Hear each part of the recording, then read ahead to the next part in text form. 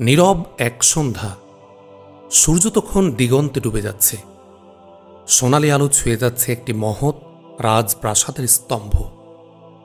এক জিন, অদৃশ্য এক অস্তিত্ব ধীরে ধীরে এগিয়ে আসছে।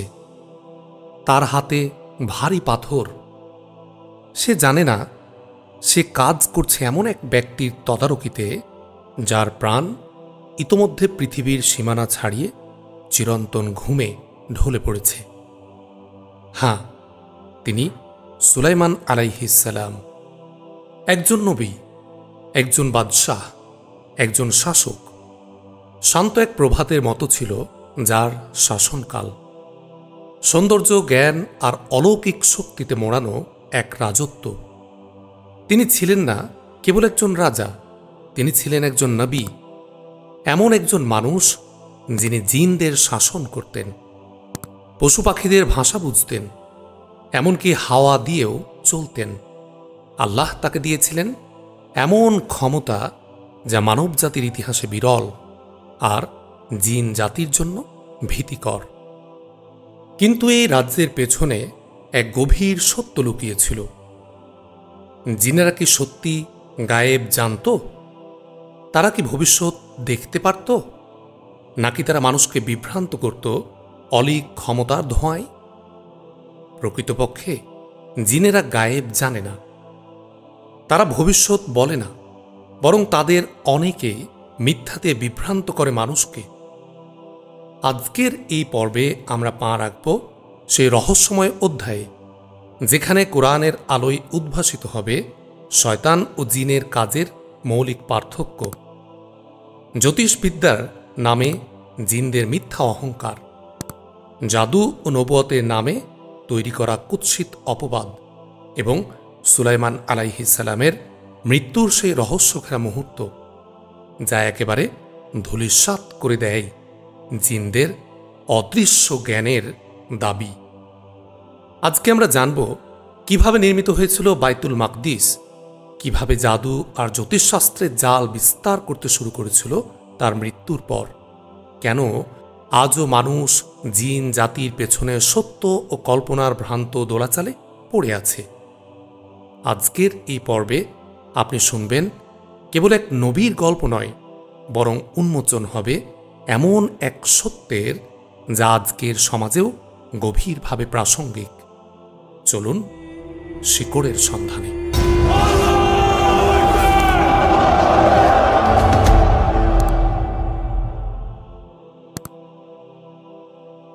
জিন জগৎ ও সুলাইমান আলাইহিস সালাম। আমরা কথা বলছিলাম সুলাইমান আলাইহিস সালামের শাসনকাল ও জীবনের নানা ঘটনাবলী নিয়ে। পড়েছি তার অনন্য সব বৈশিষ্ট্যের কথা। এসব বৈশিষ্ট্যের মধ্যে জিনদের উপরে সুলাইমান আলাইহিস সালামের আধিপত্য নিয়ে বিস্তারিত আলোকপাত করা খুবই জরুরি। একথা আমি প্রায়ই বলি। জিন জগৎ সম্পর্কে আমরা সাধারণত চরমপন্থা অবলম্বন করি। একদল আছেন যারা সব কিছুকে জিনের আসর বলে মনে করেন এবং কিছু হলেই পীর ফকিরদের কাছে যান জিন ছাড়াতে। এসব পীরদের অলৌকিক কর্মকাণ্ড দেখে তারা বিস্ময়াভিভূত হয়ে যান, তাদেরকে আল্লাহর আউলিয়া ভেবে শিরকে লিপ্ত হয়ে যান। অথচ আমরা অনেকেই জানি না অলৌকিক কর্মকাণ্ডগুলো অধিকাংশ হয় জিনদের সাহায্যে। যেমন কেউ শূন্যের উপর ভেসে আছে দেখে অনেকে তাকে আল্লাহর অলি ভাবতে শুরু করে, অথচ ব্যাপারটা আসলে খুবই সহজ। জিন লোকটাকে হাত দিয়ে উপরে তুলে রেখেছে, কিন্তু আমরা মানুষরা জিনকে দেখতে পাচ্ছি না, যদিও তারা ঠিকই আমাদের দেখতে পায়। আরেক দল আছেন যারা এসব আচার আচরণকে স্রেফ কুসংস্কার বলে উড়িয়ে দিয়ে জিনের অস্তিত্বকে অস্বীকার করে বসেন। ফলে আমাদের জীবনে অনেক অসুস্থতা, ঝামেলা যে জিনের প্রভাবে হতে পারে এই বাস্তবতাকে অগ্রাহ্য করেন। মজার ব্যাপার হচ্ছে, জিজ্ঞেস করলে দেখা যাবে তাদের সবারই কমবেশি সূরা নাস মুখস্থ আছে, যেখানে আমরা জিনদের থেকে আশ্রয় চাই। জিনের প্রতি বিশ্বাস আমাদের ঈমানের অঙ্গ, কেননা আল্লাহ তাআলা কোরআনে এদের কথা উল্লেখ করেছেন। এদের ব্যাপারে বহু হাদিস রয়েছে। এটা গায়েবে বিশ্বাসের সাথে সংশ্লিষ্ট। তাই কেউ যদি জিন জগৎকে অস্বীকার করে সে কাফির হয়ে যাবে, কারণ জিন জগৎকে অস্বীকার করার অর্থ কোরআনের সেসব আয়াত ও হাদিসকে অস্বীকার করা। আজকে আমরা জিন জগতে বিশ্বাসের সাথে সংশ্লিষ্ট খুব গুরুত্বপূর্ণ দুটি মূল নীতি তুলে ধরব ইনশাআল্লাহ। প্রথমত, জিনদের উপরে মানুষরা কখনো আধিপত্য বিস্তার করতে পারে না, এই ক্ষমতা মানুষদের দেয়া হয়নি। দ্বিতীয়ত, জিনরা গায়েব জানে না। উপর্যুক্ত দুটো মূলনীতির সাথে কিন্তু আছে। যেমন প্রথমটির ক্ষেত্রে প্রশ্ন ওঠে, অনেক জিন হুজুরের কাছে ভালো পোষা জিন আছে বলে শোনা যায়, এটার ব্যাখ্যা কি? তাছাড়া সুলাইমান আলাইহিস সালাম জিন পালতেন বলেই তো আমরা জানি। আবার দ্বিতীয় মূলনীতির ক্ষেত্রে আমরা দেখি যে কিছু গণকের কথা আসলেই সত্যি হয়ে যায়। সেটা কিভাবে হয়? প্রথম মূলনীতি বুঝতে হলে আমাদের মনে রাখতে হবে যে কিয়ামতের দিন আল্লাহর সৃষ্টিকুলের মাঝে শুধু মানুষ ও জিন জগতেরই বিচার হবে। আর মানুষের মাঝে যেমন মুসলিম ও কাফির আছে, জিনদের মাঝেও তেমন আছে। তার উপর আমাদের প্রত্যেকের সাথে একটি কারিন জিন বা সঙ্গী জিন আছে। তার কাজই হল আমাদের খারাপ কাজ করতে উদ্বুদ্ধ করা। এটা আল্লাহর পক্ষ থেকে দুনিয়ার পরীক্ষার একটা অংশ। এই বিষয়টি স্বয়ং আল্লাহ তাআলা কোরআনে সরাসরি উল্লেখ করেছেন। আল্লাহ রব্বুল আলামিন বলেছেন, তার সহচর শয়তান বলবে, হে আমাদের রব, আমি তাকে অবাধ্য হতে প্ররোচিত করিনি। বস্তুত সে নিজেই ছিল ঘোর বিভ্রান্ত। আল্লাহ বলবেন, আমার সামনে বাক বিতণ্ডা করো না, আমি তো পূর্বেই তোমাদের সতর্ক করেছি। এখানে মানুষ ও তার কারিনের মাঝে তর্কের কথা বলা হচ্ছে। কিয়ামতের দিন তারা একে অন্যকে দোষারোপ করতে থাকবে। তবে রাসূলুল্লাহ সাল্লাল্লাহু আলাইহি ওয়াসাল্লাম ছিলেন এর ব্যতিক্রম। হাদিসে আছে, জিনদের মধ্য হতে একজন করে সঙ্গী তোমাদের প্রত্যেকের সাথে নিযুক্ত করে দেয়া হয়েছে। সাহাবীগণ জিজ্ঞেস করলেন, ইয়া রাসূলুল্লাহ সাল্লাল্লাহু আলাইহি ওয়াসাল্লাম, এমনকি আপনার সাথেও? উত্তরে তিনি বললেন, হ্যাঁ, আমার সাথেও। কিন্তু ব্যতিক্রম হচ্ছে যে আল্লাহ তাআলা আমাকে এ ব্যাপারে সাহায্য করেছেন এবং সে আমার বশ্যতা স্বীকার করেছে। তাই সে আমাকে শুধু সৎ কাজ করতে বলে। অনেক সময় আমাদের জীবনে অনেক ঘটনা ঘটে, যেমন সংসার ভাঙ্গা, বিয়ে থেমে থাকা, বারবার কোনো মেডিকেল কারণ ছাড়াই গর্ভপাত ঘটা ইত্যাদি, যেগুলো আসলে জাদুটোনার মাধ্যমে জিনদের সহায়তায় হয়ে থাকে। এগুলো করা হয় খারাপ জিনদের সাহায্য নিয়ে। আমরা বলছি যে এইসব খারাপ জিনদের উপরে কোনো মানুষ কখনো প্রভাব বিস্তার করতে পারে না। তাহলে উপর্যুক্ত কাজগুলো আসলে কিভাবে হয়? এটা করা হয় পারস্পরিক সমঝোতার ভিত্তিতে। আমরা সবাই জানি, ইবলিশের লক্ষ্য হল যত বেশি সম্ভব আদম সন্তানকে তার সাথে জাহান্নামে নিয়ে যাওয়া। জিনদের মাঝে তার অনুসারীরা তাকে এ কাজে সাহায্য করে। এ ব্যাপারে নিচের হাদিসটি গুরুত্বপূর্ণ। রাসূলুল্লাহ সাল্লাল্লাহু আলাইহি ওয়াসাল্লাম বলেছেন, ইবলিস সমুদ্রের পানির উপর তার সিংহাসন স্থাপন করে, অতঃপর মানুষের মধ্যে ফিতনা ফাসাদ সৃষ্টি করার জন্যে সেখান থেকে তার বাহিনী চারদিকে প্রেরণ করে। এদের মধ্যে সে শয়তান তার নিকট সর্বাধিক সম্মানিত, যে মানুষকে সবচেয়ে বেশি ফিতনায় নিপতিত করতে পারে। তাদের মধ্যে একজন ফিরে এসে বলে, আমি মানুষের মাঝে এরূপ এরূপ ফিতনা সৃষ্টি করেছি। তখন ইবলিশ প্রত্যুত্তরে বলে, তুমি কিছুই করনি। অতঃপর এদের আরেকজন এসে বলে, আমি মানব সন্তানকে ছেড়ে দেইনি, এমনকি দম্পতির মধ্যে বিচ্ছেদ ঘটিয়ে তবেই ক্ষান্ত হয়েছি। শয়তান একথা শুনে তাকে কাছে টেনে বসায় আর বলে, তুমি উত্তম কাজ করেছ। বর্ণনাকারী আমাস বলেন, আমার মনে হয় জাবির রাদিয়াল্লাহু আনহু এটাও বলেছেন যে অতঃপর ইবলিস তার সাথে আলিঙ্গন করে। অর্থাৎ জিনদের একটা দল সর্বশক্তি দিয়ে চেষ্টা করে মানুষকে বিপদগামী করার বিনিময়ে শয়তান তাদের নানা ধরনের পুরস্কারের প্রলোভন দেখায়, যার মধ্যে ক্ষমতা, রাজত্ব এবং অনন্তকালের জীবন অন্যতম। ইবলিস আদম আলাইহিস সালামকেও ঠিক একই কথা বলেছিল। সে তার কাছে এসেছিল একজন চরম হিতাকাঙ্ক্ষী হিসেবে। শয়তানের এসব অদা দ্বারা প্রলুব্ধ হয়ে একদল জিন মানুষকে বিপদগামী করতে উদ্যোগী হয়। মানুষের মাঝে একদল স্থূল বুদ্ধি সম্পন্ন আবার তাতে সাড়া দেয়। তারা দুনিয়াতে অর্থ, ক্ষমতা, খ্যাতি এগুলোর মোহে আবিষ্ট হয়ে গিয়ে শয়তানের সাহায্য নেয়। নানা ধরনের কুফুরি কালামে লিপ্ত হয়, যেমন তাবিজ কবজ, জাদুটোনা, ভাগ্য গণনা ইত্যাদি। কিন্তু আমরা আগে উল্লেখ করেছি, মানুষের পক্ষে জিনদের উপর নিয়ন্ত্রণ আরোপ করা সম্ভব না। তাই জিনরা সেসব মানুষের সাথে একটা চুক্তি করে। সেই চুক্তির ধারা অনুযায়ী মানুষ নানা ধরনের শিরকি, হারাম কাজে লিপ্ত হয়, জিনদের ইবাদত করে। এজন্য মাঝে মাঝে তাদের কিছু অকল্পনীয় জঘন্য কাজও করতে হয়, যেমন মেয়েদের ঋতুস্রাবের রক্ত পান করা, কোরআনের মুসহাফের উপর বাথরুম করা, সেটা দিয়ে শৌচ কার্য করা, অন্য মানুষ বা পশু পাখির রক্ত পান করা, বিশিষ্ট কোনো মানুষের রক্ত হাজির করা, ফলে তারা তাকে হত্যা করতে উদ্যত হয়, অনেক সময় করেও।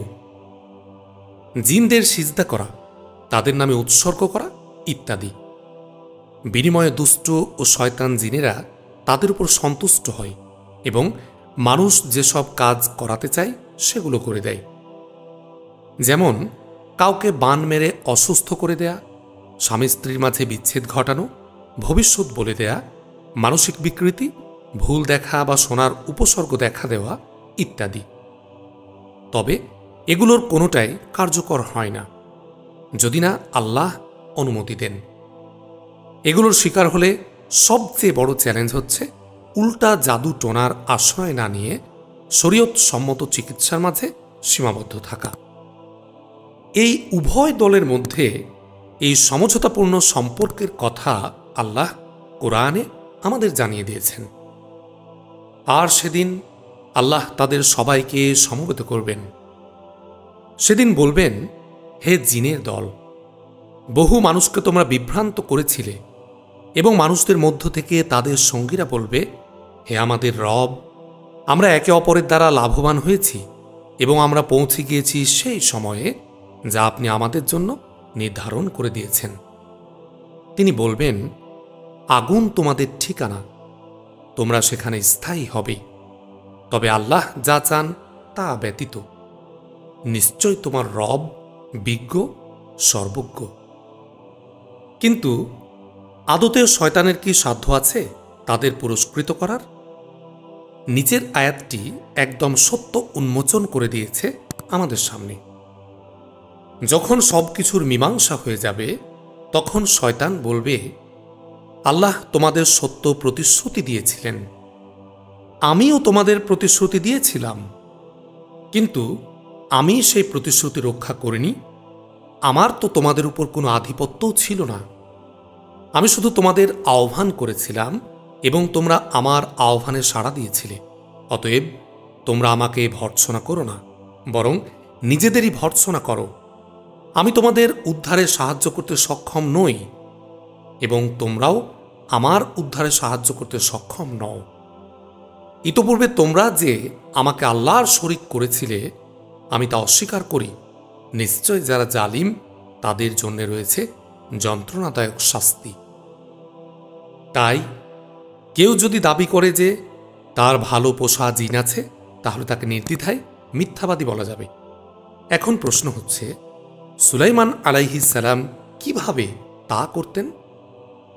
মূলত এক্ষেত্রে ব্যতিক্রম ছিলেন সুলাইমান আলাইহিস সালাম। আল্লাহ রব্বুল আলামিন তাকে বিশেষ ক্ষমতা দিয়েছিলেন, যা আর কাউকে দেননি। এমনকি আমাদের রাসূলুল্লাহ সাল্লাল্লাহু আলাইহি ওয়াসাল্লামকেও না। আমরা নিচের হাদিস থেকে এটা জানতে পারি। আবু হুরায়রা রাদিয়াল্লাহু আনহু থেকে বর্ণিত, রাসূলুল্লাহ সাল্লাল্লাহু আলাইহি ওয়াসাল্লাম বলেছেন, একটি শক্তিশালী জিন গতরাতে আমার সালাত নষ্ট করার জন্য আমার ঔদাস্যের সুযোগ নিতে চাচ্ছিল, কিন্তু মহান আল্লাহ তাকে আমার হাতে কাবু করে দিলেন। সুতরাং আমি তার গলা টিপে ধরলাম। আমি সংকল্প করলাম মসজিদের খুঁটিগুলির মধ্যে কোনো এক খুঁটিতে তাকে বেঁধে রাখি, যাতে সকালে তোমরা সকলে তাকে দেখতে পাও। অতঃপর আমার ভাই সুলাইমানের দোয়া স্মরণ হল, হে আমার প্রতিপালক, আমাকে ক্ষমা করো এবং আমাকে এমন এক রাজ্য দান করো যার অধিকারী আমার পরে অন্য কেউ হতে পারবে না। সুতরাং আল্লাহ তাকে নিকৃষ্ট অবস্থায় ফিরিয়ে দিলেন। জ্যোতিষশাস্ত্র ও জিন জগৎ। জিনদের সাহায্য নিয়ে আরও যে কাজ করা হয় তা হচ্ছে ভবিষ্যৎ গণনা, যা ইসলামে একেবারেই নিষিদ্ধ। রাসূলুল্লাহ সাল্লাল্লাহু আলাইহি ওয়াসাল্লাম বলেছেন, যে ব্যক্তি কোনো গণক বা জ্যোতির্বিদের নিকট যাবে এবং তাকে কোনো কথা জিজ্ঞেস করবে, 40 দিন পর্যন্ত তার সালাত কবুল করা হবে না। ইতোপূর্বে আমরা দ্বিতীয় মূলনীতিতে জেনেছি যে জিনরা গায়েব জানে না। তাহলে গণকদের কিছু কিছু কথা ফলে যায় কিভাবে? সেটাও রাসূলুল্লাহ সাল্লাল্লাহু আলাইহি ওয়াসাল্লামের মাধ্যমে আমরা জানতে পেরেছি। আয়েশা রাদিয়াল্লাহু আনহা থেকে বর্ণিত, তিনি আল্লাহ রাসূল সাল্লাল্লাহু আলাইহি ওয়াসাল্লামকে বলতে শুনেছেন, ফেরেশতারা আকাশের সীমানায় নেমে আসমানে মীমাংসা হওয়া বিষয়ে উল্লেখ করেন, ফলে শয়তানরা তা চুরি করে শোনে এবং গণকদের কাছে গোপনে পৌঁছে দেয়। অতঃপর তারা এর সাথে আরও 100টি মিথ্যা কথা বানিয়ে তা প্রচার করে। প্রশ্ন উঠতে পারে যে এখানে চুরি করে শোনার কথা আসছে কেন? আসলে রাসূলুল্লাহ সাল্লাল্লাহু আলাইহি ওয়াসাল্লামের নবুয়তের পূর্বে জিনরা আকাশের সীমানায় অবাধে বিচরণ করতে পারত। তখন আসমানে গৃহীত সিদ্ধান্তের ব্যাপারে জানা তাদের জন্য সহজ ছিল। এজন্য কুরাইশরা ভাগ্য গণকদের বিপুল মর্যাদা দিত। কিন্তু কোরআন নাজিল শুরু হওয়ার পর থেকে তাদের প্রথম আসমান পার হওয়ার ক্ষমতাই চিরতরে বন্ধ করে দেয়া হয়। মূলত কোরআন যে নাজিল হয়েছে সেটা তারা এই ঘটনা থেকে বুঝতে পারে। এরপর থেকে কোনো খবর তাদের শুনতে হয় চুরি করে। যদি ফেরেশতারা টের পেয়ে যায় তাহলে আগুনের গোলা ছুড়ে দেয়া হয়। যারা পালিয়ে বাঁচে কেবল তারাই কিছুটা খবর নিয়ে ফিরতে পারে। এ তো গেল ভবিষ্যতের কথা। ভাগ্য গণকদের কাছে গেলে তারা কারো অতীতের কোনো বিশেষ ঘটনা বলে থাকে, যাতে সাহায্য চাইতে আসা ব্যক্তির আস্থা অর্জন করা যায়। এটা কিভাবে সম্ভব হয়? যে ব্যক্তি গণকের কাছে এসেছে তার কারিন জিন তো ওই লোকের সাথে শুরু থেকেই আছে, ফলে সে তার অতীতের ব্যাপারে সব তথ্যই জানে। তখন ভাগ্য গণকের সাথে সমঝোতায় থাকা জিন এই লোকের কারিনের কাছ থেকে চমকপ্রদ তথ্য নিয়ে লোকটাকে মুগ্ধ করার চেষ্টা চালায়। এখন প্রশ্ন উঠতে পারে যে এতক্ষণ যা আলোচনা করলাম সেটার সাথে সুলাইমান আলাইহিস সালামের জীবনের কী সম্পর্ক? আসলে এই বিষয়গুলো এতটাই ওতপ্রোতভাবে জড়িত যে এই মূলনীতিগুলোর ব্যাপারে প্রাথমিক ধারণা না থাকলে তার শাসনকালের খুব গুরুত্বপূর্ণ কিছু ঘটনা আমরা বুঝতে পারব না। আমাদের হয়তো মনে আছে মুসা আলাইহিস সালামের সময়ে জাদুবিদ্যার খুব বেশি প্রচলন ছিল। তার সাথে জাদুকরদের ঘটনাও আমরা বিস্তারিত উল্লেখ করেছি। কিন্তু ফেরাউনের কবল থেকে উদ্ধারের পর বনী ইসরায়েলের জন্য মুসা আলাইহিস সালামের মাধ্যমে যে শরীয়ত নির্ধারিত হয় তাতে জাদুবিদ্যা নিষিদ্ধ ছিল। আমরা দেখেছি বনী ইসরায়েলের অনেকেই দীর্ঘদিন ধরে মিশরীয়দের অধীনে থাকাকালীন অভ্যাসগুলো থেকে বের হয়ে আসতে পারছিল না। মূর্তি পূজার মতো এক্ষেত্রেও তাদের মাঝে জাদুবিদ্যার চর্চা চলে আসছিল। সুলাইমান আলাইহিস সালাম তার শাসনামলে এসব জোরপূর্বক নিষিদ্ধ করে দেন। তিনি এক বৈপ্লবিক কাজ করেন। যেসব বই পুস্তক জাদুবিদ্যার চর্চা এবং শেখানোর কাজে ব্যবহৃত হতো সেগুলো একসাথে নিয়ে একটি নিরাপদ সিন্ধুকে রেখে দেন, যেন এসব চর্চা একেবারে বন্ধ হয়ে যায়। কাহিনীর চমকটা এখানে, এভাবে জাদুচর্চা বন্ধ করে দেয়ায় যারা এ কাজ করত তারা তার উপর খুবই ক্ষুব্ধ হয়। তারা তার নামে অপবাদ দেয়া শুরু করে। সুলাইমান আলাইহিস সালাম অন্যকে নিষেধ করলে কি হবে, নিজেই এ কাজ করে জিনদের বশীভূত করেন এবং তাদের দিয়ে নানা রকম কাজ করিয়ে নেন। কেউ যেন তার প্রতিদ্বন্দ্বী হিসাবে আবির্ভূত না হতে পারে, সেজন্যই তিনি আসলে জোরপূর্বক এই কাজগুলো বন্ধ করিয়েছেন। আস্তাগফিরুল্লাহ। আল্লাহ যে বিশেষভাবে তাকে ক্ষমতা দিয়েছেন এবং তিনি যা কিছু করেন সবই যে আল্লাহর অনুমতিক্রমে, সেটা তারা বিশ্বাস করতে চাইত না। মোট কথা, জাদু ও আল্লাহ প্রদত্ত মুজিজার মধ্যে পার্থক্য বুঝতে পারা অপারগ ছিল। এখানে উল্লেখ্য যে মুসা আলাইহিস সালামের সময়ে জাদুকররা তার মুজিজা দেখার সাথে সাথে ঈমান এনেছিল, কারণ এই ক্ষেত্রে তাদের অসামান্য পারদর্শিতা ছিল এবং সেই জ্ঞান দিয়ে তারা বুঝতে পেরেছিল এটা মুজিজা, জাদু নয়। এই জ্ঞান বনি ইসরায়েলের ছিল না। ফলে আল্লাহ তাআলা সিদ্ধান্ত নিলেন তিনি তাদের জাদুবিদ্যা শিক্ষা দেবেন, যাতে তারা জাদু ও মুজিজার মাঝে পার্থক্য বুঝতে পারে। এই উদ্দেশ্যে তিনি হারুত ও মারুত নামে দুইজন ফেরেশতাকে পাঠালেন, যারা মানুষকে এটা শেখানোর আগেই বলে নিত যে এটা তাদের জন্য পরীক্ষা। হারুত ও মারুত তাদের এটা শেখাচ্ছে, কিন্তু এর প্রয়োগ ঘটালে তারা ইসলামের বাইরে চলে যাবে। এই ভয়াবহ পরিণতি সম্পর্কে জানা থাকা সত্ত্বেও তাদের মাঝে কেউ কেউ সেটা ঠিকই প্রয়োগ করা শুরু করল। এই ঘটনা সম্পর্কে পবিত্র কোরআন আমাদের জানাচ্ছে, আর সুলাইমানের রাজত্বকালে শয়তানরা যা আবৃত্তি করত তারা তারই অনুসরণ করেছে এবং সুলাইমান কুফরি করেনি, বরং শয়তানরা মানুষকে জাদু শেখানোর মাধ্যমে কুফরি করেছে। আর তারা অনুসরণ করেছে যা নাজিল করা হয়েছিল বাবেলের দুই ফেরেশতা হারুত ও মারুতের উপর। আর তারা কাউকে শেখাতো না, যে পর্যন্ত না বলতো আমরা তো পরীক্ষা, সুতরাং তোমরা আমাদের কাছ থেকে জাদু শেখার মাধ্যমে কুফরি করো না। এরপরও তারা এদের কাছ থেকে তা শিখত, যার মাধ্যমে তারা স্বামী স্ত্রীর মাঝে বিচ্ছেদ ঘটাত। অথচ তারা এর মাধ্যমে আল্লাহর অনুমতি ছাড়া কারো কোনো ক্ষতি করতে পারত না। আর তারা শিখত যা তাদের ক্ষতি করত, তাদের কোনো উপকার করত না, এবং তারা নিশ্চিত জানত যে যে ব্যক্তি তা ক্রয় করবে আখিরাতে তার কোনো অংশ থাকবে না, আর তা নিশ্চিত রূপে কতই না মন্দ, যার বিনিময়ে তারা নিজেদের বিক্রয় করেছে। যদি তারা বুঝত, আর যদি তারা ঈমান আনত এবং তাকওয়া অবলম্বন করত, তবে অবশ্যই আল্লাহর পক্ষ থেকে কল্যাণ লাভ করত, যদি তারা জানত। এখানে উল্লেখ্য যে এই দুই আয়াতে জাদুটোনা কুফুর হওয়ার ব্যাপারে কয়েকটি দলিল রয়েছে। এক, বরং শয়তানরা মানুষকে জাদু শেখানোর মাধ্যমে কুফুরি করেছে, এর দ্বারা প্রমাণিত হয় যে জাদু টোনা শিক্ষা দেয়া কুফুর। দুই, আর তারা কাউকে শেখাতো না, যে পর্যন্ত না বলতো যে আমরা তো পরীক্ষা, সুতরাং তোমরা আমাদের কাছ থেকে জাদু শেখার মাধ্যমে কুফুরি করো না। এর দ্বারাও প্রমাণিত হয় যে জাদু টোনা শেখা কুফুর। তিন, এবং তারা নিশ্চয় জানত যে যে ব্যক্তি তা ক্রয় করবে আখিরাতে তার কোনো অংশ থাকবে না, আর আখিরাতে যার কোনো অংশই নেই সে হচ্ছে অমুসলিম, কাফির। চার, যদি তারা ঈমান আনত এবং তাকওয়া অবলম্বন করত, অর্থাৎ তাদের ঈমান ছিল না। মজার ব্যাপার হচ্ছে, আজও যারা শয়তানের পূজা করে তাদের কাজকর্মের অন্যতম প্রধান কার্যালয় হচ্ছে ব্যাবিলনীয় আর মিশরের পিরামিডের অবস্থানস্থল।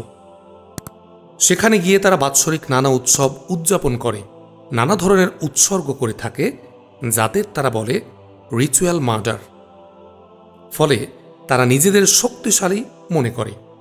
পশ্চিমা অনেক রক ব্যান্ডের সদস্যরা এগুলোর সাথে সরাসরি সম্পৃক্ত। যাই হোক, যাদের জাদুবিদ্যা শেখানো হয়েছিল তাদের একটি অংশ কুফুরি জেনেও এটা নিজেদের মাঝে প্রয়োগ করা শুরু করে ক্ষান্ত হয়নি, এটাকে তাদের ধর্মের অংশ বানিয়ে ফেলেছিল।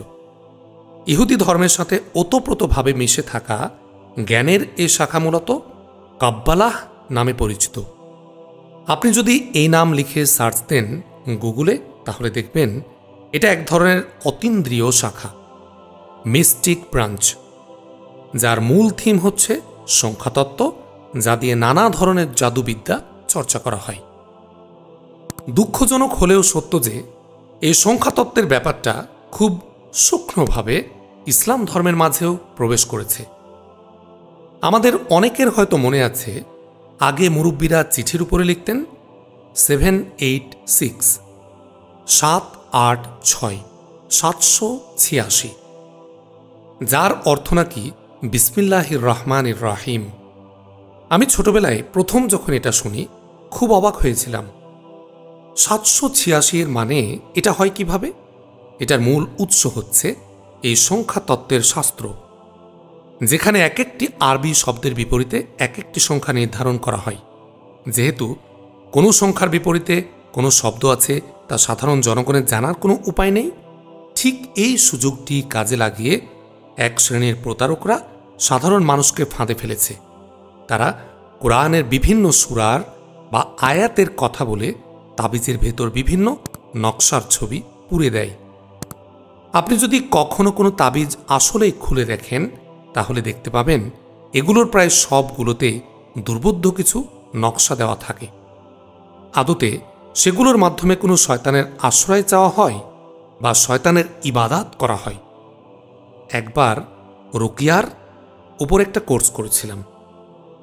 তখন শিক্ষক উপস্থিত দর্শকদের বললেন, কারো সাথে যদি তাবিজ থেকে থাকে তবে সাথে সাথে যেন তা খুলে ফেলা হয়, কারণ এটা নিঃসন্দেহে শিরক।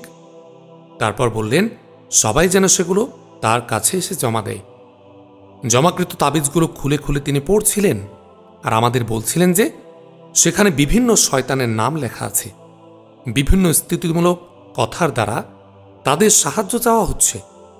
অর্থাৎ আপনি যখন আপনার নিজের বা সন্তানের গায়ে তাবিজ ঝুলিয়ে দিচ্ছেন, তখন আদতে আপনি তাকে আল্লাহ নয়, শয়তানের ভরসায় সমর্পণ করছেন। ভাবা যায়। পরবর্তী সময়ে আমি নিজেও এই কাজ করেছি। আমার এক আত্মীয়ের গলা থেকে তাবিজ খুলে ভেতরের খোলসটা ভেঙে তাকে দেখিয়েছি যে এখানে মোটেও সূরা ইয়াসিন লেখা নেই, বরং যে নকশা দেয়া আছে সেটা আসলে শয়তানের আশ্রয় চাওয়ার তন্ত্রমন্ত্র। সবচেয়ে দুর্ভাগ্যজনক, অনেক কোরআন মাজিদের শুরুতে কিংবা ওজিফার বইগুলোতে প্রতিটি সূরার ফজিলত ও নকশা দেয়া থাকে। মজার ব্যাপার হচ্ছে এই বিষয়গুলো অন্য সকল শিরকি ধর্মেরও অবিচ্ছেদ্য অংশ। সাধু সন্ন্যাসী বা মুনি ঋষিরা এসব তন্ত্রমন্ত্র করতেন। এগুলোর ইসলামিক ভার্সন হচ্ছে পীর ফকির, যাদের আমরা আল্লাহর আউলিয়া ভেবে বিভ্রান্ত হই। আর আছেন এক শ্রেণীর হুজুর, যাদের দিনের জ্ঞান খুবই সামান্য, ফলে অধিকাংশ সময় এরা এগুলো না বুঝেই দিয়ে দেন। আর অনেকে জানলেও মানতে চান না, কারণ তাবিজ বিক্রি একটি অত্যন্ত লাভজনক ব্যবসা। সমস্যা হচ্ছে এগুলোর গ্রাহক কিন্তু শুধু অশিক্ষিতরা না, শিক্ষিত অশিক্ষিত নির্বিশেষে বহু মানুষকে আমি অবাধে তাবিজ ব্যবহার করতে দেখেছি। এর অনেকগুলো কারণের মধ্যে খুব তুচ্ছ কিছু কারণ হচ্ছে বাচ্চারা রাতে বিছানায় বাথরুম করে দেয় কিংবা ভয় পায়। সবচেয়ে বড় পরীক্ষা হচ্ছে আবার বড় বড় বিপদ থেকে উদ্ধার পাবারও আশা থাকে। আমার কাছে মনে হয় সবচেয়ে বড় পরীক্ষা হচ্ছে বিপদ আপদের সময় তাবিজ ব্যবহার না করে থাকা। অনেকে মুখে বলেন এসব তাবিজ কবজে তার বিন্দু পরিমাণ বিশ্বাস নেই, অথচ কোনো বিপদে পড়লে তারা ঠিকই এগুলোর আশ্রয় নেন। ইমানের প্রকৃত পরীক্ষাটা এখানেই। আবার অনেকে আছেন যারা দাবি করেন শিরকি কিছু লেখা না থাকলে কোরআনের আয়াত দিয়ে তাবিজ দেয়া যাবে স্রেফ একটা চিকিৎসা ব্যবস্থা হিসেবে। এখানে আমাদের কয়েকটা বিষয় একটু বুঝতে হবে। 1, তাবিজ কখনোই স্পষ্ট কোরআনের আয়াত বা আল্লাহর নাম দিয়ে দেয়া হয় না। যারা এসব সমর্থন করেন তারাও এটা স্বীকার করেন, কারণ আমরা সবাই জানি কোরআনের আয়াত পবিত্র। তাই আয়াত সম্বলিত তাবিজ পরে টয়লেট কিংবা এরূপ অপবিত্র কোনো জায়গায় যাওয়া যাবে না। অতএব এক্ষেত্রে তারা যা করে তা হল সংখ্যাতত্ত্ব ব্যবহার করে থাকে, যে বিষয়ে আগে উল্লেখ করেছি। তাদের দাবি এটা স্রেফ একটা সাংকেতিক কোডের মতো। এখানে আমার প্রশ্ন, বিভিন্ন আরবি হরফের এই যে বিভিন্ন সংখ্যা আরোপ করা হচ্ছে তার উৎস কি? কোরআন হাদিস দ্বারা স্বীকৃত কোনো উৎসে আমরা কিন্তু এগুলো খুঁজে পাব না। 2, আল্লাহ কুরআনের সুস্পষ্ট ভাষায় বলেছেন তিনি কুরআনকে আরবি ভাষায় নাজিল করেছেন, তাই এর আয়াতকে সংখ্যাতত্ত্ব দ্বারা প্রকাশ করা যাবে না। তাছাড়া আমরা যেন ভুলে না যাই অমুক তাবিজ পড়লে অমুক উপকার হবে, এটা গায়েবের জ্ঞান। এ আমল করলে এই উপকার হবে এমন কথা যদি আমরা বলতে চাই, তবে সেটার উৎস অবশ্যই হতে হবে কোরআন এবং বিশুদ্ধ সুন্নাহ। সুতরাং তর্কের খাতিরে যদি ধরেও নিই তাবিজ ব্যবহার করা শিরক না, এটা নিঃসন্দেহে বিদাত। কারণ এটা রাসূলুল্লাহ সাল্লাল্লাহু আলাইহি ওয়াসাল্লাম ও তার সাহাবীরা ইচ্ছাকৃতভাবে বর্জন করেছেন। অর্থাৎ তাদের সামনে তাবিজ ব্যবহার করার সুযোগ ছিল, তবু তারা করেননি। 3, এটা সর্বাংশে এড়িয়ে চলা উচিত, কারণ এটা প্রকাশ্য শিরক এবং আমাদের জানা নেই যে এই সংখ্যাগুলো দিয়ে কোরআনের আয়াত বা আল্লাহর নাম লেখা হচ্ছে নাকি শয়তানের ডাকা হচ্ছে। 4, তারপরও যারা এটার উপর অটল থাকতে চান তাদের মনে করিয়ে দিতে চাই সূরা বাকারার 101 নম্বর আয়াতের কথা। এখানে বলা হচ্ছে, যখন তাদের কাছে আল্লাহর পক্ষ থেকে একজন রাসূলুল্লাহ আগমন করলেন যিনি ওই কিতাবের সত্যায়ন করেন যা তাদের কাছে রয়েছে, তখন আহলে কিতাবের একটি দল আল্লাহর গ্রন্থকে পশ্চাতে নিক্ষেপ করল যেন তারা এ সম্পর্কে জানেই না। এখানে নিক্ষেপ করা অর্থে যে আরবি শব্দটা ব্যবহার করা হয়েছে সেটার মূল ভাব হচ্ছে আবর্জনার মতো হেলায় ছুঁড়ে ফেলা। এর ঠিক পরের আয়াতেই জাদুবিদ্যা যে কুফরি সেটা বলা হচ্ছে, যার অর্থ হচ্ছে মানুষ যখন আল্লাহর কিতাবকে তুচ্ছ জ্ঞান করে তখনই তারা সেগুলোকে এভাবে কুফরি কাজে ব্যবহার করে। আমি এমন বহু মানুষকে দেখেছি যাদের সূরা নাস মুখস্থ, অথচ তারা জিনের অস্তিত্ব, জাদু টোনা এগুলোতে বিশ্বাস করে না। কোরআনকে সঠিক মূল্যায়ন না করে তাচ্ছিল্য করলে কেবল এটা সম্ভব, অন্যথায় কিভাবে এটা সম্ভব হতে পারে? অনেকেই তাবিজ কবজ ব্যবহার বা মাজার পূজার পক্ষে সাফাই দেন যে তাদের উপকার হয়েছে। এজন্যই আমাদের জানা দরকার আসলে ব্যাপারগুলো কিভাবে ঘটে, যেন আমরা কাজের ফলাফল থেকে বিভ্রান্ত না হয়ে যাই। উপকার হওয়ায় কোনো কিছু বৈধ হবার প্রমাণ নয়, বরং এজন্য কোরআন সুন্নাহ কি বলে সেটা আমাদের দেখতে হবে। বরং উপকার হলে সেটা আল্লাহর পক্ষ থেকে বড় পরীক্ষা, কারণ তাতে সে এই ভুল কাজের উপর অবিচল থাকে।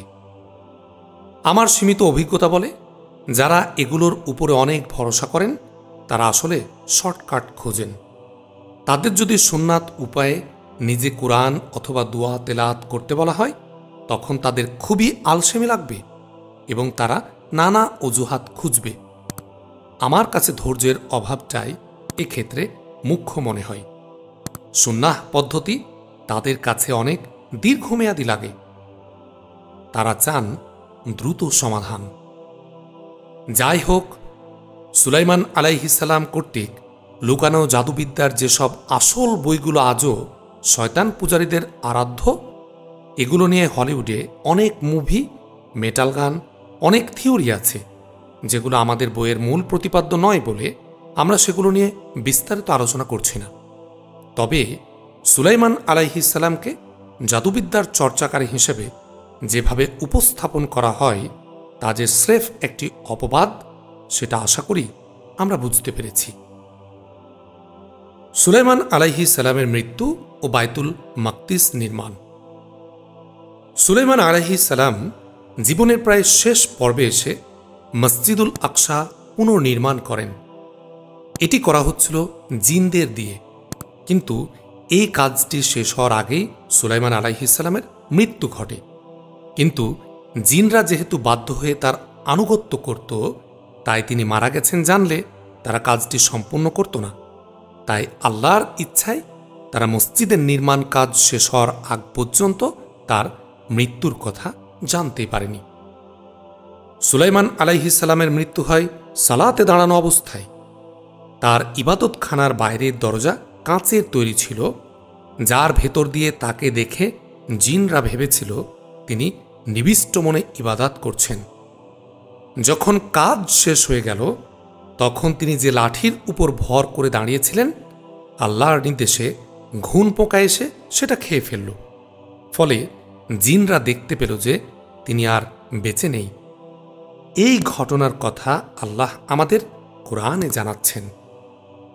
যখন আমি সুলাইমানের মৃত্যু ঘটালাম তখন জিনদের তার মৃত্যু সম্পর্কে জানালো একমাত্র মাটির পোকা, যা সুলাইমানের লাঠি খাচ্ছিল। যখন সুলাইমান পড়ে গেল তখন জিনেরা বুঝতে পারল যে অদৃশ্য বিষয়ের জ্ঞান থাকলে তারা এ লাঞ্ছনাপূর্ণ শাস্তিতে আবদ্ধ থাকত না। কিন্তু তখনকার লোকজন বিশ্বাস করত জিনরা গায়েব জানে। এই ঘটনার মাধ্যমে আল্লাহ তাদের এই ভুল ধারণারও অবসান ঘটালেন। সুলাইমান আলাইহিস সালামের মৃত্যুর মধ্য দিয়ে বনী ইসরায়েলের স্বর্ণযুগের সমাপ্তি ঘটে।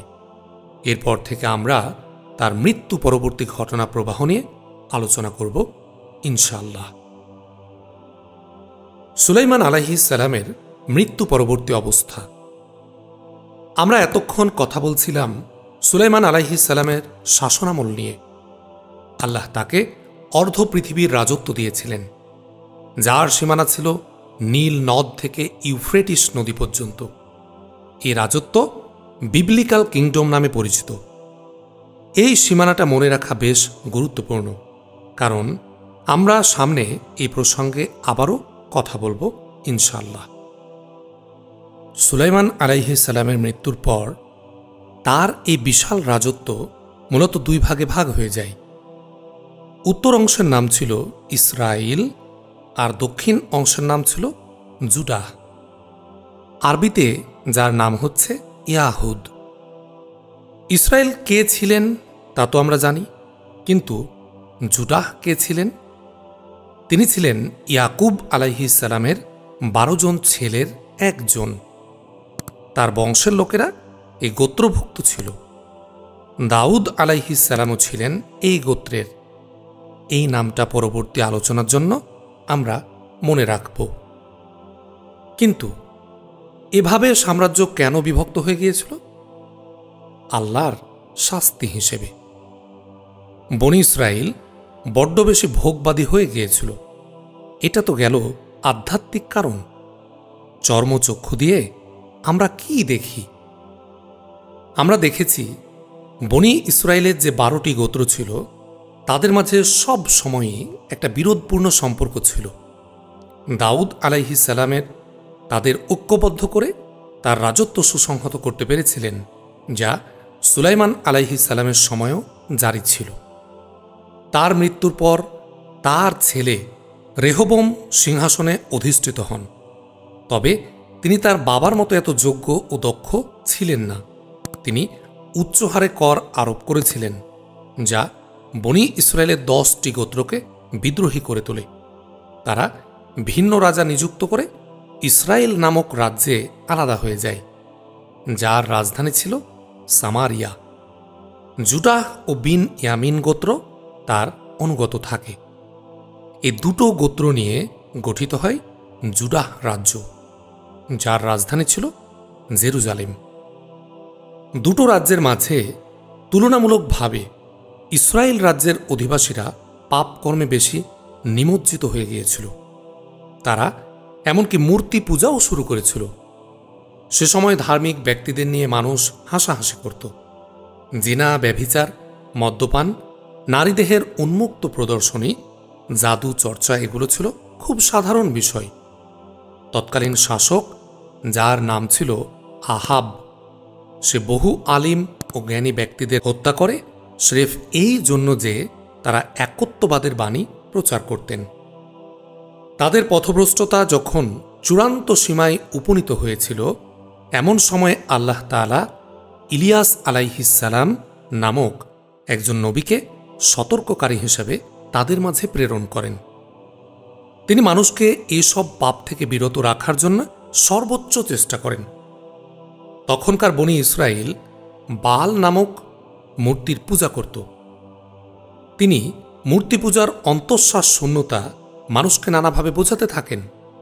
অবশেষে যখন কিছুতেই কোনো কাজ হল না, তখন তিনি রাজার সামনে উপস্থিত হয়ে ভবিষ্যৎবাণী করেন যে খুব শীঘ্রই এক ভয়াবহ দুর্ভিক্ষ ও খরা তার সাম্রাজ্যকে গ্রাস করবে, আর তাদের পূজনীয় মূর্তি তা কিছুতেই ঠেকাতে পারবে না।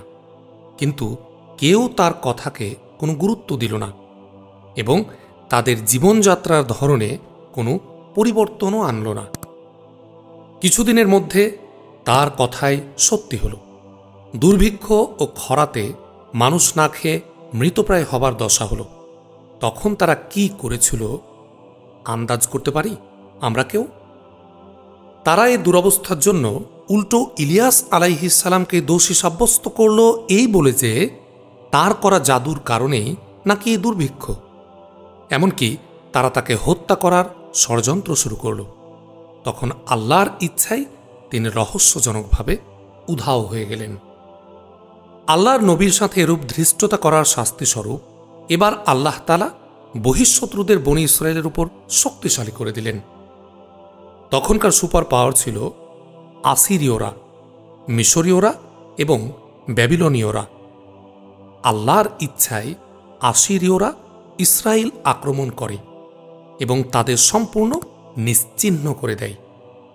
এই 10টি গোত্রের আর কোনো নাম নিশানাও খুঁজে পাওয়া যায় না। প্রথম দিকে ইসরায়েল রাজ্যের সাথে নিয়মিত আধিপত্য বিস্তারের যুদ্ধে লিপ্ত থাকলেও জুডাহ রাজ্যের লোকেরা বেশ কিছুদিন যাবৎ তুলনামূলকভাবে আল্লাহ ভীরু জীবনযাপন করেছিল। 722 খ্রিস্টপূর্বে ইসরায়েল রাজ্যের পতনের পর তারাই হয় একমাত্র টিকে থাকা বনি ইসরায়েলীয়। তাদের মাঝে ছিল বেশ কিছু সৎ ও ন্যায় বিচারক শাসক, যেমন হেজেকিয়া। এ সময় আল্লাহ তাআলা জুলকিফাল আলাইহিসসালাম নামে একজন নবী প্রেরণ করেন। আল্লাহ তার কথা কুরআনে 2 বার উল্লেখ করেছেন। জুলকিফাল আলাইহিসসালামকে হেজেকিয়া অনেক শ্রদ্ধা করতেন। তিনিও হেজেকিয়ার অনেক প্রশংসা করতেন। মূলত হেজেকিয়ার তাকওয়ার জন্যই জুডাহ আসিরীয়দের আক্রমণ থেকে বিস্ময়করভাবে বেঁচে যায়। কিন্তু তার মৃত্যুর পর যারা জুডার শাসনভার গ্রহণ করে তারা কেউই তেমন আল্লাহ ভীরু ছিল না, বরং অনেকেই ফিরে যায় মূর্তি পূজার মতো জঘন্য পাপকর্মে। তাদের মধ্যে দাওয়াতি কাজ করতে গিয়ে জুলকিফাল আলাইহিসসালাম তীব্র বিরোধিতার সম্মুখীন হন। এমনকি তারা তাকে হত্যা করতে উদ্যত হয় এবং শেষমেশ হত্যাও করে ফেলে। এভাবে নবীদের হত্যা করার প্রথার প্রচলন ঘটায় বনি ইসরায়েল, যা আল্লাহ কুরআনে উল্লেখ করেছেন। আমরা বনি ইসরায়েলের যে প্রজন্মের কথা বলছি, আলিমদের মতে এদের কথাই আল্লাহ কুরআনে বলেছেন।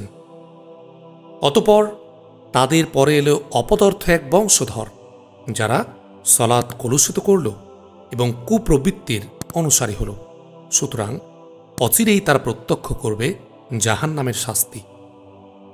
এখানে লক্ষণীয় যে আল্লাহ বলেননি সালাত ত্যাগ করল, বরং বলেছেন সালাত নষ্ট করল। এর অর্থ তারা একদম শেষ সময়ে সালাত পড়ত এবং 2 ওয়াক্তের সালাত একসাথে পড়ত, যেটা বৈধ ছিল না। তাহলে আমরা একবার চিন্তা করি, আমরা যারা সালাত পড়ি না তাদের অবস্থান আল্লাহর দৃষ্টিতে কোথায়? তিনি আরও বলেছেন, তাওরাতের দায়িত্বভার যাদের উপর অর্পণ করা হয়েছিল অতঃপর তারা তা বহন করেনি, তাদের দৃষ্টান্ত সেই গাধা যে পুস্তক বহন করে বেড়ায়। যারা আল্লাহর আয়াতসমূহকে মিথ্যা প্রতিপন্ন করে তাদের দৃষ্টান্ত কত নিকৃষ্টতর। আর আল্লাহ পাপাচারী সম্প্রদায়কে পথ প্রদর্শন করেন না। একবার এক আলিমের লেকচারে একটা মজার কাহিনী শুনেছিলাম। একটা প্রেজেন্টেশনে তিনি দলিল ছাড়াই কয়েকটি আয়াত উপস্থাপন করেছিলেন। উপস্থিত সবাই ছিলেন খ্রিস্টান তারা মিডিয়া দ্বারা প্রভাবিত হয়ে আয়াতগুলো দেখে ভাবলেন এগুলো নিশ্চয় কোরআনের আয়াত, কারণ সেখানে হত্যার বদলে হত্যা, যুদ্ধ ইত্যাদির উল্লেখ ছিল।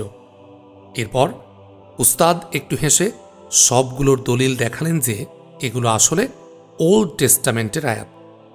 অথচ তারা প্রচার করে বেড়ায় খ্রিস্ট ধর্ম শুধুই ভালোবাসার কথা বলে।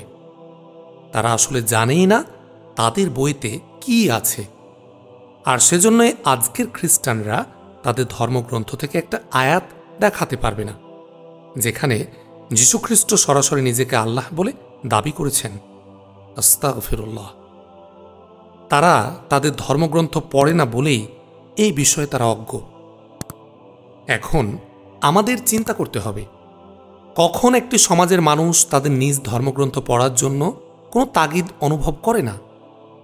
প্রথমত, যখন পরকাল তাদের জীবনে অগ্রাধিকার পায় না।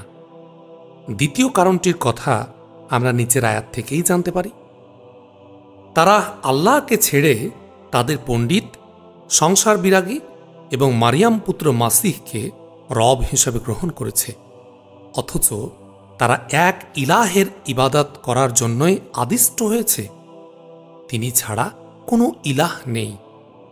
তারা যে শরিক করে তা থেকে তিনি পবিত্র। অর্থাৎ যখন সাধারণ মানুষ আলিমদের অন্ধভাবে বিশ্বাস করে, তখনই তারা নিজেরা জ্ঞানার্জনের প্রয়োজন অনুভব করে না। আদি ইবনু হাতিম রাসূলুল্লাহ সাল্লাল্লাহু আলাইহি ওয়াসাল্লামের একজন সাহাবী, যিনি আগে খ্রিস্টান ছিলেন। তিনি আয়াত শুনে প্রতিবাদ করে বলেছিলেন তারা মোটেও তাদের স্কলারদের ইবাদত করত না। তখন রাসূলুল্লাহ সাল্লাল্লাহু আলাইহি ওয়াসাল্লাম বললেন, তারা কি হালালকে হারাম, হারামকে হালাল বানিয়ে দিত না? তখন তিনি রাসূলুল্লাহ সাল্লাল্লাহু আলাইহি ওয়াসাল্লামের কথার সাথে একমত পোষণ করলেন। এ বিষয়ে চিন্তার অবকাশ আছে। কিভাবে আলিমরা এই কাজ করতেন? তৎকালীন সময়ে সাধারণ মানুষের মাঝে তাদের ধর্মগ্রন্থ নিয়ে কোনো ধারণাই ছিল না। তারা শুধু তিলাওয়াত করতে জানত, কিংবা তাও ঠিকমতো জানত না। আমরা কি এখন হুবহু সেই অবস্থাতেই নেই? আমাদের মনে রাখতে হবে, ইসলামে কোনো পুরোহিত তন্ত্র নেই। আমরা আলিমদের বিশেষভাবে সম্মান করি ঠিকই, কিন্তু সেই সাথে তাদের ভুলের ঊর্ধ্বে ভাবি না, কিংবা অন্ধভাবে বিশ্বাস করি না। তারা কোনো রেফারেন্সের ভিত্তিতে একটি নিয়ম জানালেন, সেটা জানার অধিকার আমাদের আছে, তবে অবশ্যই তা যথাযথ আদাবের সাথে। পক্ষান্তরে আমরা যদি অন্যান্য ধর্মের মাঝে প্রচলন লক্ষ্য করি, তাহলে দেখব যে সেখানে স্কলারদের আল্লাহর সাথে যোগাযোগের মাধ্যম ধরা হয়। তাদের স্থান অনেকটা হিন্দুদের দেবতার মতো। তারা যা বলে সেটা নিয়ে প্রশ্ন করার ধৃষ্টতাও সাধারণ মানুষ দেখাতে পারে না। এখন আমরা আলিমদের অন্ধভাবে বিশ্বাস করব না, এটা যেমন সত্যি, সেরকম আমরা নিজেরা কোরআনের তাফসির পড়ে ফতোয়ার ওয়েবসাইট ঘাঁটাঘাঁটি করে ইসলাম শিখে যাব, এই কথাটাও ভুল। আমাদের উচিত আলিমদের অধীনে দ্বীন শিক্ষায় নিয়োজিত হওয়া, দ্বীনের জ্ঞান অর্জনের সাথে সাথে আদাব শেখা এবং জীবনে প্রয়োগ করার ব্যাপারে সচেষ্ট হওয়া। ফিরে আসছে আমাদের কাহিনীতে। যখন জুদাহবাসীর কার্যক্রম ইসরায়েলবাসীর মতো হয়ে গেল, তখন তাদের পরিণতিও ইসরায়েল রাজ্যের মতোই হল। আল্লাহ তার রহমতের ছায়া উঠিয়ে নিলেন। আবারও বহিঃশত্রুদের দ্বারা পর্যদস্ত হল জুদাহবাসী। তবে ততদিনে পৃথিবীর সুপার পাওয়ারগুলোর মাঝে পরিবর্তন এসেছে। আসিরীয়রা নিজেরা এখন দুর্বল হয়ে গেছে, তার জায়গায় শক্তিশালী হয়েছে ব্যাবিলনীয়রা। জুডার অধিবাসীরা এ সময় নিজেদের কূটনৈতিক কৌশলের উপর খুব বেশি আস্থাবান হয়ে গিয়েছিল। তারা ভেবেছিল মিশরীয়দের সাথে জোট করে তারা বেঁচে যাবে, কিন্তু মিশরীয়রা তাদের দেওয়া সাহায্যের প্রতিশ্রুতি ভঙ্গ করেছিল। সুতরাং যখনই আমরা সমস্যার মূল বুঝতে ব্যর্থ হই, তখনই আমরা ভুল জিনিসের উপর ভরসা করি। আল্লাহ আমাদের উপর বহিঃশত্রু চাপিয়ে দেন মূলত আমাদের অধিক পাপের কারণে। সেখানে অমুসলিমদের সাহায্যের আশা করে পার পাবার কোনো সুযোগ নেই। আমাদের বুঝতে হবে, সমস্যা সমাধানের প্রথম ধাপ হল সমস্যা ও তার কারণ সঠিকভাবে চিহ্নিত করতে পারা। অতএব কে আমাদের আক্রমণ করবে সেটা বড় কথা না, আমাদের শত্রুরা আমাদের উপর শক্তিশালী হবে, এটাই মূল কথা। বনী ইসরায়েলের মতো জুডাবাসীর জন্য আল্লাহ সতর্ককারী হিসাবে একজন নবী পাঠিয়েছিলেন, যিনি তাদের এই ঘটনার ব্যাপারে সাবধানও করেছিলেন। কিন্তু শয়তান যখন পাপ কাজকে সুশোভিত করে দেখায়, তখন বুদ্ধি বিবেক কিছুই কাজ করে না। ফলে এক্ষেত্রেও চোখের সামনে ইসরায়েল রাজ্যের পরিণতি দেখার পরও বিস্ময়করভাবে জুডাহবাসীর মনে হলো যে তাদের কিছু হবে না। ব্যাপারটা যেন অবৈধ সম্পর্কে লিপ্ত মানুষের মতো। পত্রপত্রিকায় প্রেমিক কর্তৃক শ্লীলতাহানির খবর যতই চোখে পড়ুক, প্রতিটি মেয়ের মনে হয় তার প্রেমিক কখনো এমন করবে না। তারা বোঝে না যে মেয়ের সাথে এমন হয়েছিল সেও নিজের প্রেমিককে অন্যদের থেকে আলাদাই ভাবত। বাইবেলের কাহিনী অনুসারে এই সময়ে আরও একজন নবী ছিলেন, যার নাম দানিয়েল আলাইহিসসালাম। উমার রাদিয়াল্লাহু আনহুর সময়ে মুসলিমরা যখন ইরাক জয় করে, তখন তারা একটি কবরের সন্ধান পায়, যার পাশে হিব্রুতে লেখা একটা বই ছিল। স্থানীয়রা জানায় বহুদিন হয়ে গেল এই শরীর এখনও পৌঁছেনি। তারা মাঝে মাঝে এ শরীরের রহমতের ওসিলাতে দোয়া করে, ফলে বৃষ্টিসহ আরও অনেক উপকার হয়। এই কথা শুনে উমার রাদিয়াল্লাহু আনহু উবাই ইবনু কাবকে ডেকে পাঠান, কারণ তিনি হিব্রু পড়তে জানতেন। তিনি বইটা পড়ে জানান এটা দানিয়েল আলাইহিসসালামের কবর, আর নবী হওয়ার কারণেই তার শরীরে পচন ধরেনি।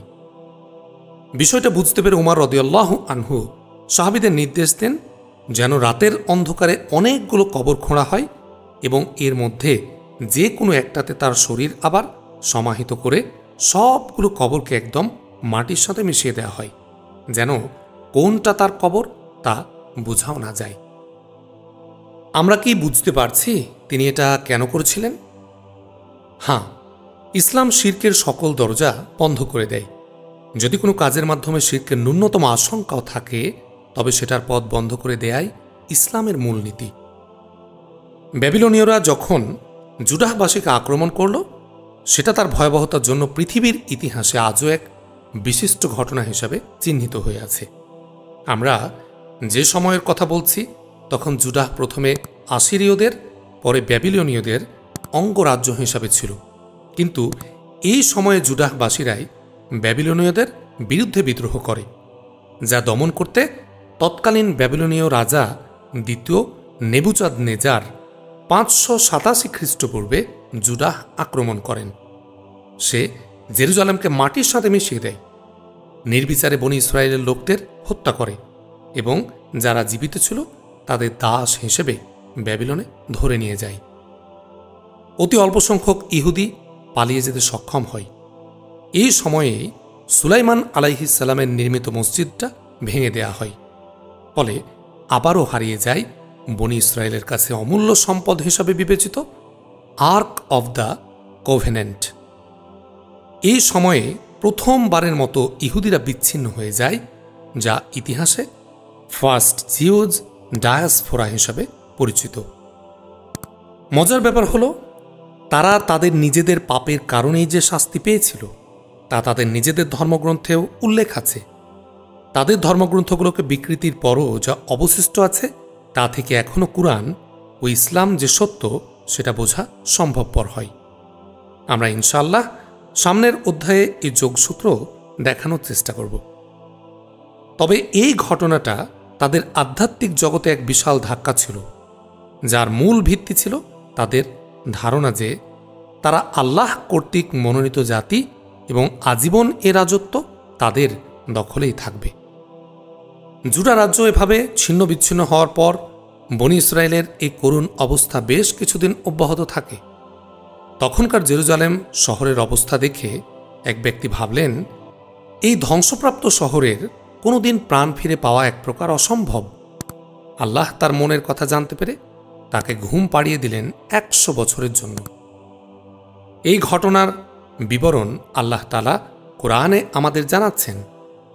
100 বছর পর তিনি যখন জেরুজালেমে ফিরে এলেন, তখন তা আবার এক প্রাণ চঞ্চল শহরে পরিণত হয়েছে। কিন্তু কিভাবে? 539 খ্রিস্টপূর্বে আল্লাহ ব্যাবিলনীয়দের উপরে পার্সিয়ানদের শক্তিশালী করে দেন এবং পার্সিয়ান রাজা সাইরাস ব্যাবিলন দখল করে নেন।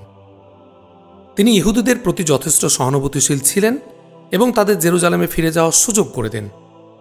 তখন থেকে জুডাহ রাজ্যটা ছিল পার্সিয়ানদের একটা অঙ্গরাজ্য। তারা ফিরে এসে সলোমনস টেম্পল এর জায়গাতে আরেকটি স্থাপনা নির্মাণ করে, যা ইতিহাসে সেকেন্ড টেম্পল নামে সমধিক পরিচিত।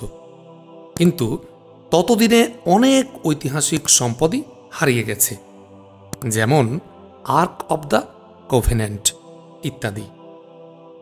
100 বছর পরে উজাইর যখন জেরুজালেমে ফিরে আসেন, তখন তিনি সেখানে সংস্কারকের ভূমিকায় অবতীর্ণ হন। প্রথমে তার আত্মীয় স্বজনরাও তাকে চিনতে পারেনি, কিন্তু তার তওরাত মুখস্থ ছিল এবং তওরাতের একটা কপি এক ব্যক্তি কোথায় লুকিয়ে রেখেছিল তা উজাইর আলাইহিস সালাম ছাড়া আর কেউ জানত না। ফলে তারা তাকে সেটা খুঁজে বের করতে বলে। তিনি সহজেই তা খুঁজে বের করেন। এভাবে তাওরাত পুড়িয়ে ফেলার পর যখন তা প্রায় হারিয়ে গিয়েছিল, আল্লাহ তাআলা তার মাধ্যমে এটাকে আবারও ফিরিয়ে দেন। তাছাড়া তিনি জুডাহ রাজ্যে তাওরাতে বর্ণিত আইন পুনঃপ্রতিষ্ঠা করেন এবং সমাজ থেকে অনেক কুপ্রথার অবসান ঘটান, যে কারণে ইহুদিদের ইতিহাসে অনেকেই প্রশংসার ছলে তাকে দ্বিতীয় মূসা হিসেবে অভিহিত করে থাকে। এভাবে বহু বছর পর বিস্ময়করভাবে আবির্ভূত হওয়ায় এবং বিশেষ করে তাওরাত পুনরুদ্ধার করায় ইহুদিদের একটা ছোট্ট দল ইয়ামানে বসবাসরত তাকে আল্লাহর ছেলে হিসাবে অভিহিত করা শুরু করে। আল্লাহ বলেছেন, ইহুদিরা বলে উজাইর আল্লাহর পুত্র এবং নাসারারা বলে মাসিহ অর্থাৎ ঈসা আলাইহিস সালাম আল্লাহর পুত্র। এ হচ্ছে তাদের মুখের কথা। তারা পূর্ববর্তী কাফিরদের মতোই কথা বলছে। তাদের উপর আল্লাহর অভিশাপ পড়ুক। তারা কিভাবে সত্য থেকে বিচ্যুত হয়ে যাচ্ছে। ইহুদিরা কুরআনকে ভুল প্রমাণ করতে এই আয়াতটি ব্যবহার করে থাকে। তারা বলে যে ইহুদিদের ধর্মবিশ্বাসে এমন কিছু নেই।